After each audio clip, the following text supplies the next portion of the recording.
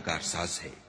اے اہل اسلام، بعض اہل کتاب اس بات کی خواہش رکھتے ہیں کہ تم کو گمراہ کر دیں، مگر یہ تم کو کیا گمراہ کریں گے، اپنے آپ کو ہی گمراہ کر رہے ہیں اور نہیں جانتے۔ اے اہل کتاب، تم خدا کی آیتوں سے کیوں انکار کرتے ہو اور تم تورات کو مانتے تو ہو؟ اے اہل کتاب، تم سچ کو جھوٹ کے ساتھ خلط ملط کیوں کرتے ہو اور حق کو کیوں چھپاتے ہو اور تم جانتے بھی ہو؟ اور اہل کتاب ایک دوسرے سے کہتے ہیں کہ جو کتاب مومنوں پر نازل ہوئی ہے اس پر دن کے شروع میں تو ایمان لے آیا کرو اور اس کے آخر میں انکار کر دیا کرو، تاکہ وہ اسلام سے برگشتہ ہو جائے اور اپنے دین کے پیروں کے سوا کسی اور کے قائل نہ ہونا۔ اے پیغمبر، کہہ دو کہ ہدایت تو خدا ہی کی ہدایت ہے۔ وہ یہ بھی کہتے ہیں یہ بھی نہ ماننا کہ جو چیز تم کو ملی ہے ویسی کسی اور کو ملے گی، یا وہ تمہیں خدا کے روبرو قائل معقول کر سکیں گے۔ یہ بھی کہہ دو کہ بزرگی خدا ہی کے ہاتھ میں ہے، وہ جسے چاہتا ہے دیتا ہے، اور خدا کشائش والا اور علم والا ہے۔ وہ اپنی رحمت سے جس کو چاہتا ہے خاص کر لیتا ہے، اور خدا بڑے فضل کا مالک ہے۔ اور اہل کتاب میں سے کوئی تو ایسا ہے کہ اگر تم اس کے پاس روپوں کا ڈھیر امانت رکھ دو تو تم کو فوراً واپس دے دے، اور کوئی اس طرح کا ہے کہ اگر اس کے پاس 1 دینار بھی امانت رکھو تو جب تک اس کے سر پر ہر وقت کھڑے نہ رہو تمہیں دے ہی نہیں۔ یہ اس لیے کہ وہ کہتے ہیں کہ امیوں کے بارے میں ہم سے مواخذہ نہیں ہوگا۔ یہ خدا پر محض جھوٹ بولتے ہیں اور اس بات کو جانتے بھی ہیں۔ ہاں، جو شخص اپنے اقرار کو پورا کرے اور خدا سے ڈرے تو خدا ڈرنے والوں کو دوست رکھتا ہے۔ جو لوگ خدا کے اقراروں اور اپنی قسموں کو بیچ ڈالتے ہیں اور ان کے عوض تھوڑی سی قیمت حاصل کرتے ہیں، ان کا آخرت میں کچھ حصہ نہیں۔ ان سے خدا نہ تو کلام کرے گا اور نہ قیامت کے روز ان کی طرف دیکھے گا، اور نہ ان کو پاک کرے گا، اور ان کو دکھ دینے والا عذاب ہوگا۔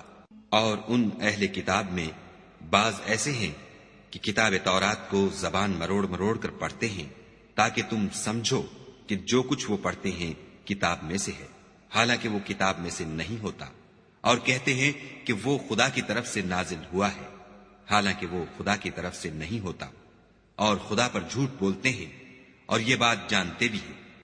کسی آدمی کو شایع نہیں کہ خدا تو اسے کتاب اور حکومت اور نبوت عطا فرمائے اور وہ لوگوں سے کہے کہ خدا کو چھوڑ کر میرے بندے ہو جاؤ، بلکہ اس کو یہ کہنا سزاوار ہے کہ اے اہل کتاب، تم علماء ربانی ہو جاؤ، کیونکہ تم کتاب خدا پڑھتے پڑھاتے رہتے ہو۔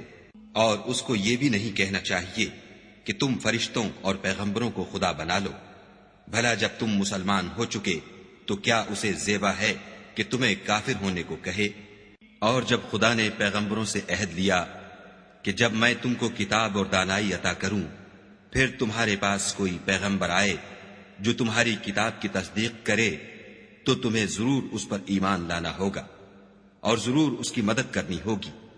اور عہد لینے کے بعد پوچھا کہ بھلا تم نے اقرار کیا اور اس اقرار پر میرا ذمہ لیا، یعنی مجھے ضامن ٹھہرایا؟ انہوں نے کہا ہاں، ہم نے اقرار کیا۔ خدا نے فرمایا کہ تم اس عہد و پیمان کے گواہ رہو اور میں بھی تمہارے ساتھ گواہ ہوں۔ تو جو اس کے بعد پھر جائیں وہ بد کردار ہیں۔ کیا یہ کافر خدا کے دین کے سوا کسی اور دین کے طالب ہیں؟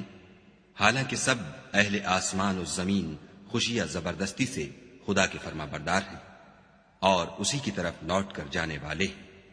کہو کہ ہم خدا پر ایمان لائے اور جو کتاب ہم پر نازل ہوئی اور جو صحیفے ابراہیم اور اسماعیل اور اسحاق اور یعقوب اور ان کی اولاد پر اترے، اور جو کتابیں موسیٰ اور عیسیٰ اور دوسرے انبیاء کو پروردگار کی طرف سے ملی، سب پر ایمان لائے۔ ہم ان پیغمبروں میں سے کسی میں کچھ فرق نہیں کرتے، اور ہم اسی خدا واحد کے فرما بردار ہیں۔ اور جو شخص اسلام کے سوا کسی اور دین کا طالب ہوگا وہ اس سے ہرگز قبول نہیں کیا جائے گا، اور ایسا شخص آخرت میں نقصان اٹھانے والوں میں ہوگا۔ خدا ایسے لوگوں کو کیوں کر ہدایت دے جو ایمان لانے کے بعد کافر ہو گئے اور پہلے اس بات کی گواہی دے چکے کہ یہ پیغمبر برحق ہے، اور ان کے پاس دلائل بھی آ گئے، اور خدا بے انصافوں کو ہدایت نہیں دیتا۔ ان لوگوں کی سزا یہ ہے کہ ان پر خدا کی اور فرشتوں کی اور انسانوں کی سب کی لعنت ہو، ہمیشہ اس لعنت میں گرفتار رہیں گے۔